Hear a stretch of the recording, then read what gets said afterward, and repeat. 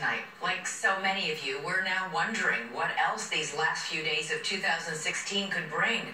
Just last Friday on 2020, we celebrated the legends we had lost, never imagining that 2 more would leave us just in the next few days. First, Carrie Fisher, who died just today. She once said, with her trademark brilliance and wit about the vagaries of fame, there's no way to prepare yourself for seeing yourself rendered as a 12-inch plastic doll. But she was so much more than Princess Leia. Today, fans of Carrie Fisher learned their Christmas wishes were not coming true. Their worst fears realized after Friday night's grim news that Fisher had suffered a massive heart attack on a flight from London to Los Angeles. We're under a month of passengers, so they're working on it right now. Over the weekend, Fisher's family tried to reassure an anxious fan base, saying she was in ICU but in stable condition. But today, the news no one wanted to hear. Her Star Wars family mourned the loss. Her Star Wars brother, Mark Hamill, tweeted this photo from their storied past with the caption, "No words, devastated." But it was her real-life mother, actress Debbie Reynolds, with perhaps the most heartfelt tribute. "I am grateful for your thoughts and prayers that are guiding her to her next stop. Love, Carrie's mother."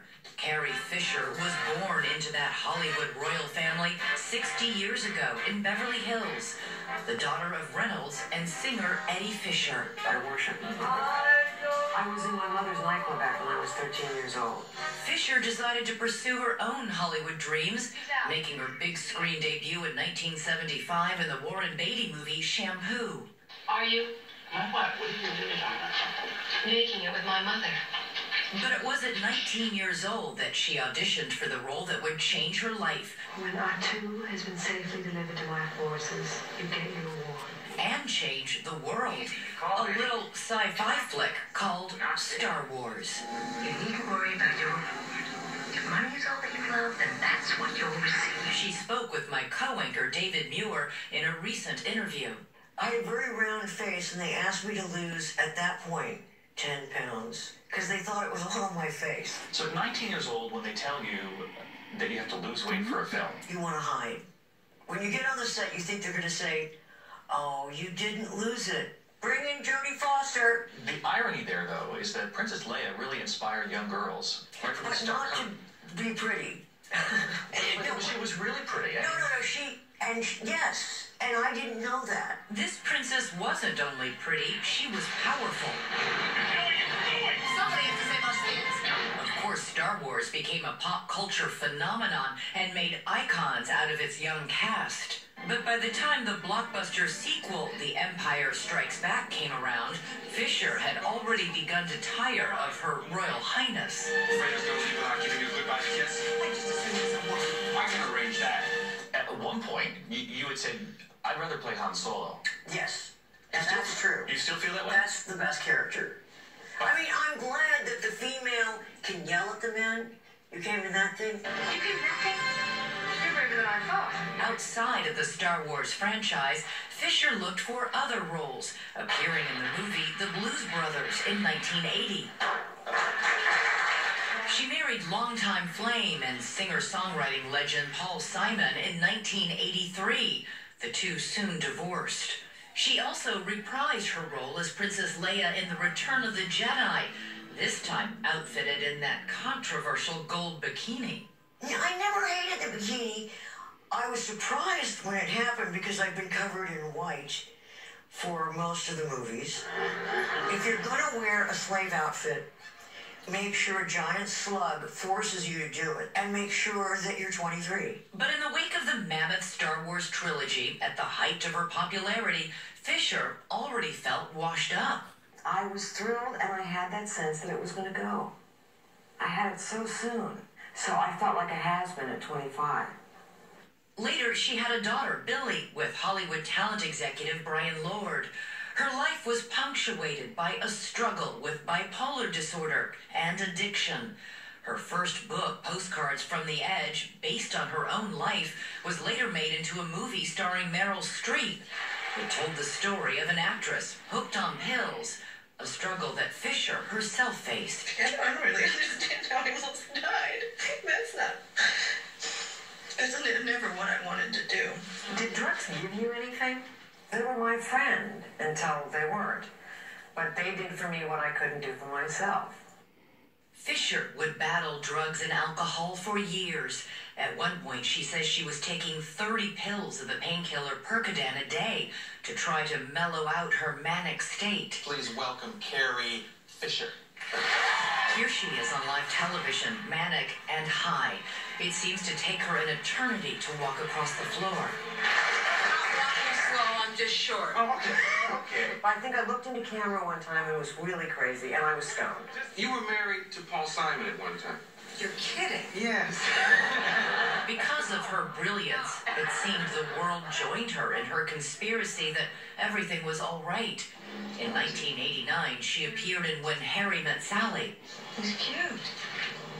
Even though her brother and her mother say she was hanging on by a thread. What's difficult about Carrie is that she is so incredibly clever while she's being completely out of control. She's an articulate raving maniac. There were times, at least 7 times, we thought we lost her.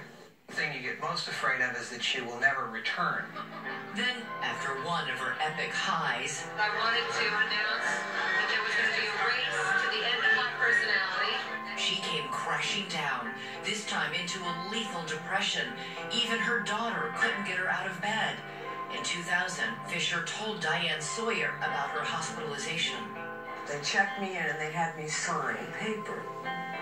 God knows what it was.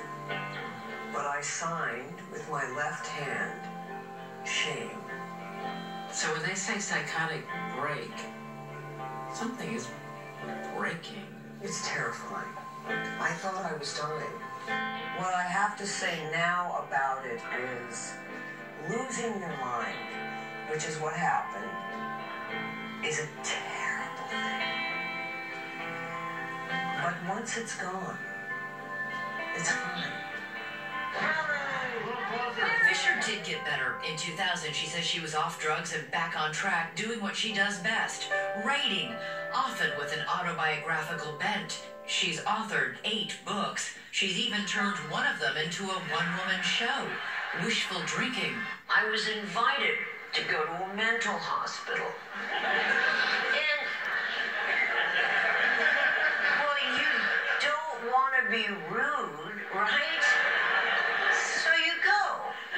So maybe it could be said that taking up writing was a way of prolonging your career. Absolutely, because in this town it's not only you can't grow old gracefully, you can't grow old at all. So you can as a writer. Which she did. Fisher's latest book, released just last month, was a memoir, The Princess Diarist, taken from diaries she kept while making the Star Wars films, even revealing an off-screen affair with co-star Harrison Ford. I love you. Carrie Fisher! Last seen in London on that book tour, Fisher appeared on the Graham Norton show just one day before suffering a massive heart attack on that flight home to Los Angeles. I'm very insecure in the books, and I didn't recall that I was that insecure. It would be this role, that of a writer, that seemed to bring her full circle, talking about the role that defined her career. I still have people coming up to me and saying, Princess Leia, can I take your picture of Princess Leia with you? And where's your funny hair? One of her last lines as Princess Leia is one that resonates with all her fans. May the force be with you. And may the force be with all of us as we remember her. Bob Iger, chairman and CEO of Walt Disney, which owns Lucasfilm, said Carrie Fisher was one of a kind, a true character. We join millions of fans and friends around the world who mourn her loss today. And when we return, another one-of-a-kind talent, George Michael, the